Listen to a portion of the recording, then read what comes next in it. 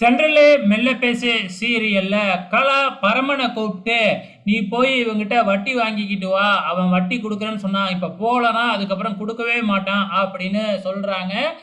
தம்பிய மாப்பிள்ளை பார்க்க வரேன்னு சொன்னீங்களேம்மா, நான் இருக்கணும்ல அப்படின்னு கேட்குறாப்புல நம்ம பரமன். அதுக்கு கவலைப்படாதடா, நீ போயிட்டு வாங்கிக்கிட்டு வந்துரு, அவங்க வந்தாலும் அவங்க நீ வந்ததுக்கப்புறம் உன்னை அறிமுகப்படுத்தி வைக்கிறேன் அப்படின்னு சொல்லி பரமனை எப்படியோ அனுப்பி வச்சிடுறாங்க. இதையெல்லாம் இளமதி பார்க்குறாங்க. பார்த்துட்டு இளமதிக்கு நல்லாவே புரிஞ்சிடுது. எங்க அவங்க வரும்போது பரமன் எங்க இருந்தா அவன் தம்பி அம்மான்னு கூப்பிட்டு அவங்கள அவமானப்படுத்திடுவான் அப்படின்னு சொல்லி தானே அனுப்பி வைக்கிறீங்க, ஏதாச்சும் பண்ணணுமே அப்படின்னு இளமதி அப்பவே திட்டம் போட ஆரம்பிக்கிறாங்க. இந்த பக்கம் கலா இந்தாண்ட போய் வட்டி கொடுக்குறவனுக்கு ஃபோன் பண்ணி இந்த மாதிரி பரமன் வருவான், அவங்ககிட்ட காசு பேங்க்ல இருக்கு, கொஞ்ச நேரம் உட்காருன்னு சொல்லிட்டு நான் சொல்ற வரைக்கும் வராத, நான் சொன்னதுக்கு அப்புறம் வந்து பணத்தை கொடுத்துரு அப்படிங்கிற மாதிரி கலா ஃபோன் பண்ணி சொல்லிடுறாங்க. அதே மாதிரி அங்க பரமன் போறாப்புல, நான் போய் பேங்க்ல பணம் எடுத்துட்டு வரேன் அப்படின்னு சொல்லிட்டு அவரு கிளம்பிடுறாப்புல. பரமன் அங்கேயே உட்காந்துருக்கிறாப்புல. அச்சச்சோ, இந்நேரம் தம்பியை மாப்பிள்ளை பார்க்க வந்திருப்பாங்களே அப்படின்னு சொல்லி யோசிச்சுக்கிட்டே உட்காந்துருக்கும் போது நம்ம இளமதி பயங்கரமா ஃபோன் பண்றாங்க. ஃபோன் பண்ண ஆரம்பத்துல பரமன் வந்து எடுக்கவே இல்லை. சும்மைக்கும் ஃபோன் பண்ணதுக்கு அப்புறம் தான் பரமனே எடுக்கிறாப்புல. நம்ம இளமதி கலாமாவுக்கு வயிற்று வலியால துடிக்கிறாங்க. ஹாஸ்பிட்டல் கூப்பிட்டாலும் வரமாட்டேங்கிறாங்க. நீ வந்தால் தான் அவங்க வருவாங்க அப்படின்னு ஒரு பொய்யை சொல்லிடுறாங்க. நம்ம பரமன் தான் கலாவுக்கு ஒன்றுனா அடித்து பிடிச்சிக்கிட்டு வந்துடுவாப்புல இல்லையா, அதே மாதிரி அங்கேருந்து அடித்து பிடிச்சிக்கிட்டு வராப்புல.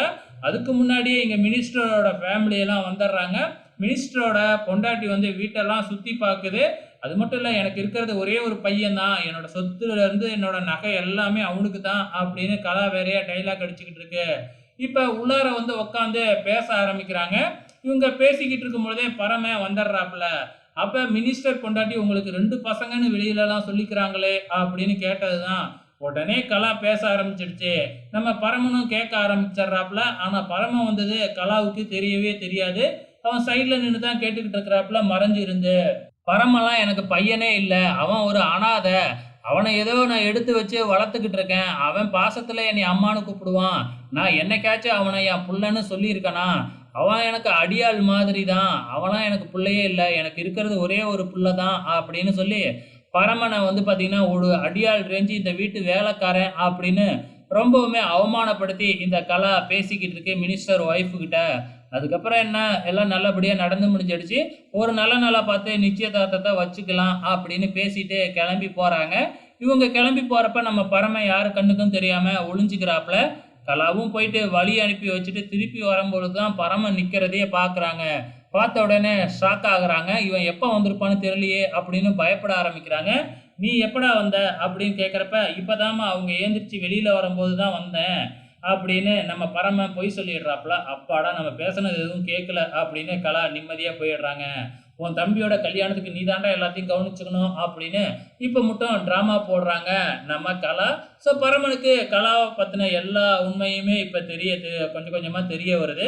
அதுக்கப்புறம் என்ன, ரூமில் போய் ஃபீல் பண்ணிக்கிட்டு இருக்கும்போது நம்ம இளமதி வந்து, பாத்தியா உன் கலாமாவோட எண்ணம் எப்படி இருக்கு, புத்தி எப்படி இருக்குன்னு பாத்தியா, ஆரம்பத்திலேயே நான் சொன்னேன்ல உன்னைய ஒரு அடியாளா தான் வளர்த்துக்கிட்டு இருக்கான்னு, நீ தான் கேட்கல அப்படின்னு சொல்லிட்டு போயிடுறாங்க.